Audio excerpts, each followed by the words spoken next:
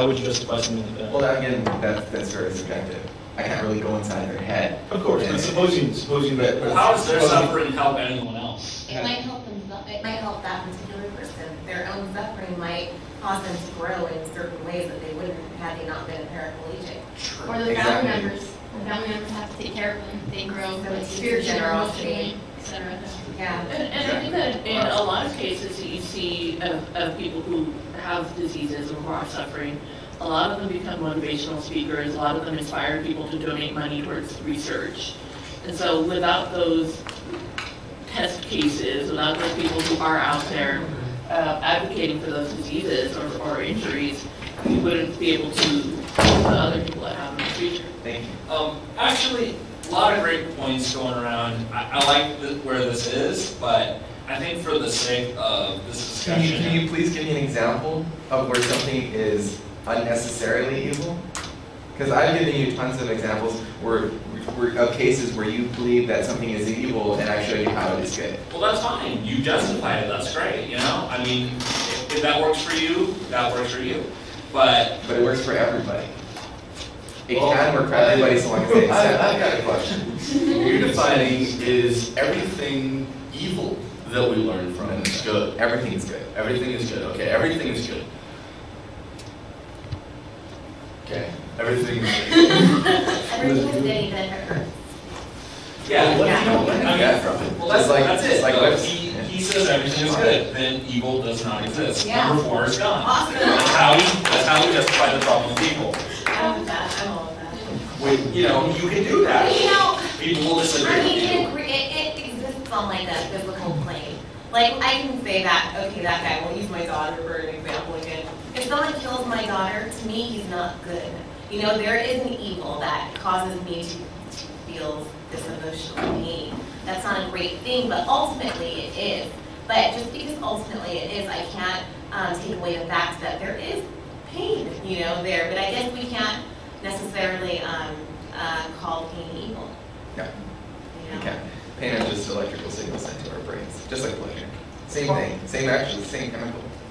The problem is it's done at the expense of someone else. Like the example that she raised is her daughter. Let's say someone took her daughter, raped her, kept her alive as long as possible, did all these horrendous things to her, videotaped it, showed it to all of us, continued keeping her alive, like, you know, like that Saw movie where they keep them alive like first so they can see all this horrendous things. And this girl does not know why this is happening to her, why this person is raping her, why she has to go through these images trying to understand why she's going through this. So she can, so that we can learn at the expense of her suffering, so that she can somehow die. That's her rewards. I mean, to die so that he can get rid of this misery that's happening to her. That's the problem. It's being done at the expense of someone else. We can look at a huge example And let's say, that's been seen hold on, in I'm not history. done yet. I'm not done yet. Okay. Okay, so let's put down the screen and let's watch this. Let's watch her daughter being raped, and we'll say, yeah, that's just the way the world is. That's good. Yeah, you want to watch her daughter being raped right now? Do you? And you're going to say to her that it's okay? You're going to justify that that's okay? You're going to see her cry. You're going to see her suffer because that's her daughter. And you're going to say to her that that's okay? What's your justification for that? Again, No, I'm serious. I know, I understand. I'm going to ask you right now. When looking at a world subjectively, through my eyes, I can see and I can claim things to be evil, to be wrong, to be hurtful, to be spiteful, to be immoral. That, however, being subjective does not make it objective. When we're speaking about a world with a deity, then something that is good is objective, objectively good. And whether or not we may see that, whether or not we may perceive it as so, has nothing to do with the fact that it is good. No, I understand your objective point of view, because God has to look at that point from the objective standpoint. But you have to take into account her subjectivity. Her subjectivity. And that subjectivity, you have to take that into account. You can't just say, oh yeah, it doesn't matter, because that's just her. That's just her opinion. I didn't say it doesn't matter. Can I? It doesn't, you didn't say it doesn't matter, so what does that mean? What are you saying when you say that? When you say it doesn't matter, that means you're making a claim. I'm making a claim that her opinion, her feelings, they do matter. They are important, and that she should take those into consideration wholeheartedly, because it's those feelings, that feeling of pain, that feeling of grief, that ultimately is gonna grow. And at the time, she may not see. At the time, she may be horrified. We all may be horrified, disgusted, and feel this anger in us. However, that doesn't change the fact that it is something that is good. Just because we can't perceive it at that moment, just because we may feel differently at that moment, doesn't change what a God says. Doesn't change what a God feels. I have a question. Are you a Christian? I'm Catholic. You're Catholic, okay, so I have a question.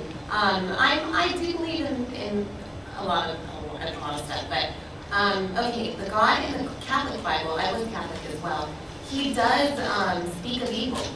He does say that there are things that are evil. Like, that comes out of his mouth. So, he says that it exists. So Yeah, but it's all in hell. It's what? It's in hell. Everything evil is in hell. So, He tells us not to do exists? evil. He tells Yes. us not to do evil. Huh? So it can't just be in hell. And we don't do evil. Yeah, how can we commit it if it's in hell? We We're on don't. earth. We don't. I suppose we But made he's our own telling- Why hell. does he tell us not to? So this idea that we have evil, that we call at this ignorant stage, according to your view, like, we're calling rape and murder evil, but technically it's really not. This is not evil, so then there's something else in your view that is evil when you actually get to hell, if you get to hell. Yeah. Wow. Hell is unimaginably unimaginably evil. I know I was gonna say There are something. evils in hell that you don't even know. Wait, but you're just saying, well, you're saying that hell is evil, then, but in your claim, actually hell isn't evil, that's just good too. I mean, Isn't hell necessary? We're talking about our points in our world, in Hell our is a universe. concept. It's abstract. In It's our not there, universe. but for people who believe in hell, it's very real. No, In fact, it is complete. There's a certain amount of the population who it just basically completely dominates their lives. The fear of hell, the thoughts of hell, fire and brimstone style Christianity. Not saying Catholicism or even Hell itself is evil. The things in hell are evil. The idea of a hell is good. But the God in the Catholic and Christian Bible commands us not to commit evil. And we don't. Then why is he telling us not to? If we can't, then why did he say no? Yeah. Whoa, who wrote that? if we know why In it's the wrong. Bible, Jesus says not to commit evil acts. I mean, it's all over. Come on, that's what we were. Jesus was a pretty cool hippie. Oh, I know all about He Jesus. was I know he all was a about cool dude. I'm sure he was a Christ. cool guy. Like, I used to teach a Bible ministry, I used to lead a Christian ministry. I know he's awesome. I read the Bible. I know scriptures. I'm just saying, I'm just trying to be like practical, logical about it. It's not an emotional argument. It's just that If you want to be logical about things, let's take a look at this, right? Okay. Jesus was God's son. Uh-huh. I am God's son. Uh-huh. Does that make me Jesus? No. No.